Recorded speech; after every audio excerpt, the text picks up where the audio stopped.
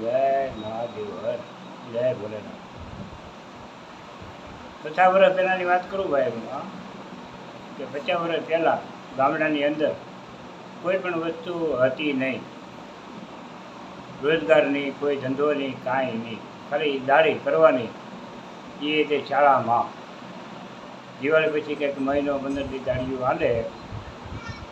કોઈ માંડવી ઢોળવાની દાડી હાલે, કોઈ માંડવી ખેંચવાની હાલે, કોઈ બાજરી લણવાની હાલે, કોઈ માંડવી વાવલવાની દાડીઓ હાલે. આવું બધું હતું ભાઈ. અને ઢાંડાથી ને બધું વવાતું, ખેડાતું, ઢાંડા બળી જાય એટલે કામ ધંધા હાલતા ભાઈ. અને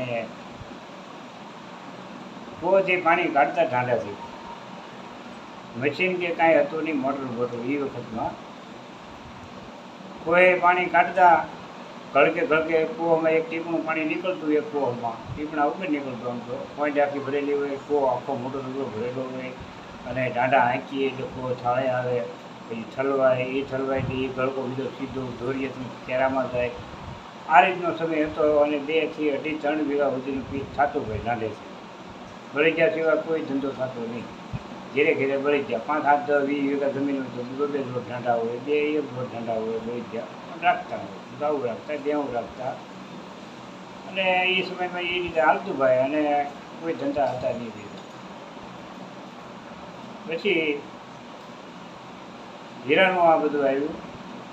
ધીમે ધીમે ખબર પડી કે ભાઈ સુરતમાં હીરાનો ગામમાં જવા છે બધાને. એ લપ થઈ ગયો કે આપણે હીરા ગામમાં સુરત જવું છે. કોઈ સળિયું ફેરી આવ્યા, કોઈ એક જોડ કપડાં હીરાવીને આવ્યા, કોઈ કેરા ડુંગળી આવ્યા. પણ બધા સુરતમાં ભાઈ એ રીતે જે ભાગીને આવ્યા છે ને ખૂબ સારું છે બધાને. સુરતની અંદર બધાને ખૂબ સારું છે ને જેટલા આવ્યા એટલે બધાને સમાવેશ સુરતની અંદર થઈ ગયું ભાઈ. જગ્યા ધરતી છે સુરતની, કરણની જગ્યા કહેવાય. અને સુરતની અંદર બધા લીલા લહેર કરે છે, સારું છે. તમામ રાજ્યોના સુરતમાં છે છે. અને એ વખતમાં હીરા કતારગામની અંદર, કતારગામ દરવાજાની અંદર જ હીરાના કારખાના હાલતા. કાકરા મોળો છે, સતી માતાની હેરી છે, મુતાલા હેરી છે, પછી આ દડા ખાડી છે, અને વાણિયા હેરી છે, કુંભાર હેરી છે. આ બધી અમુક કારખાના કતારગામ દરવાજાની અંદર ફેર હાલતા હોય.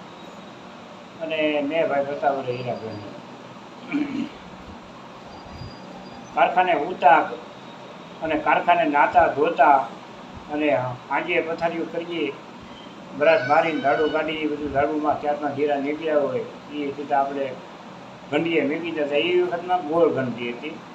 હવે બધી નીકળી સામીને ભાઈ કેપવાળી શરીરનું બધી નચનું નીકળ્યું. કટોરા બધા અલગ. પહેલાં તો તારના કટોરે, ત્રાંબાના તારમાં કટોરો ફિટ કરીને અમારે તાર બેહારી. 1 કિલો કાંઈક બને ને ત્યાં 4 ટુકડા થઈ જાય. 4 વાર તાર બદલાવો પડે.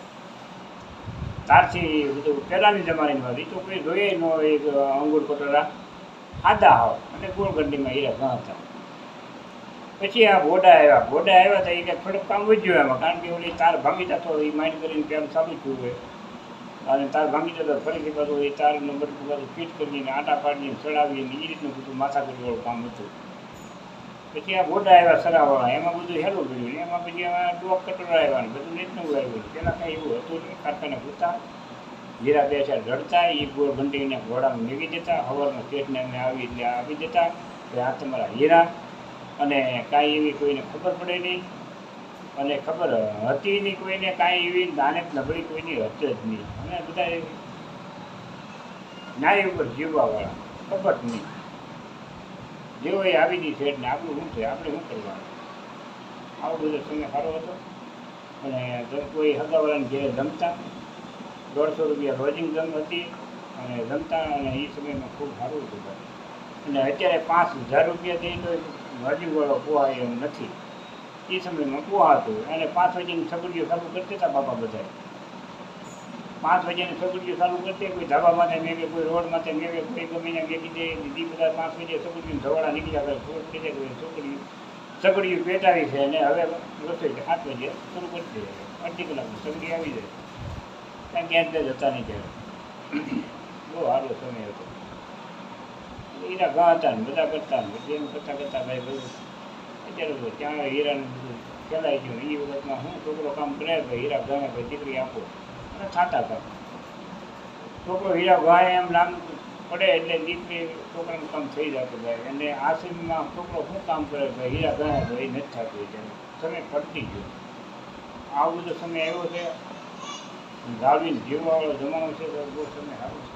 પહેલાં કાંઈ હતું નહીં, તો કોઈ પાણી કાઢતા, પછી કોવાનું બધું બની ગયું હતા, પછી મશીન આવ્યા તો ઝાડાને તો ખેડવાનું એ બધું સારું જ હતું. મશીન આવ્યા તો ખરું ટીપને મહિને હું ટીપનું ખેંચી દે.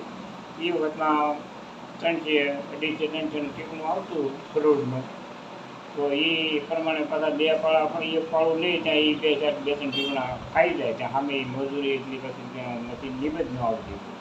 એટલે એ બધું મશીનમાં પણ મોંઘું પડતું. પછી એ જોતાં પછી મોટરો આવી ગયું. મોટરમાં બહુ સારું છે, અને મોટરમાં બહુ એટલું બધું બેર આવે નહીં વેળ ખેતીમાં, અને ઉત્પાદન 2-3 પાળા લે છે અત્યારે, અને જમીનમાં બહુ સારું છે થાય છે. જેને જમીન છે, કામ કરવાવાળા છે, અને હવે અત્યારે આધુનિક જમાનો આવી ગયો છે, અને બધાએ ટેમ્પાના પણ ટ્રેક્ટર બનાવીને ખેતરમાં કામ કરે છે. ઘર પૂરતી 5 વીઘા જમીન તો ટ્રેક્ટર રાખે, નાનું એવું રાખે.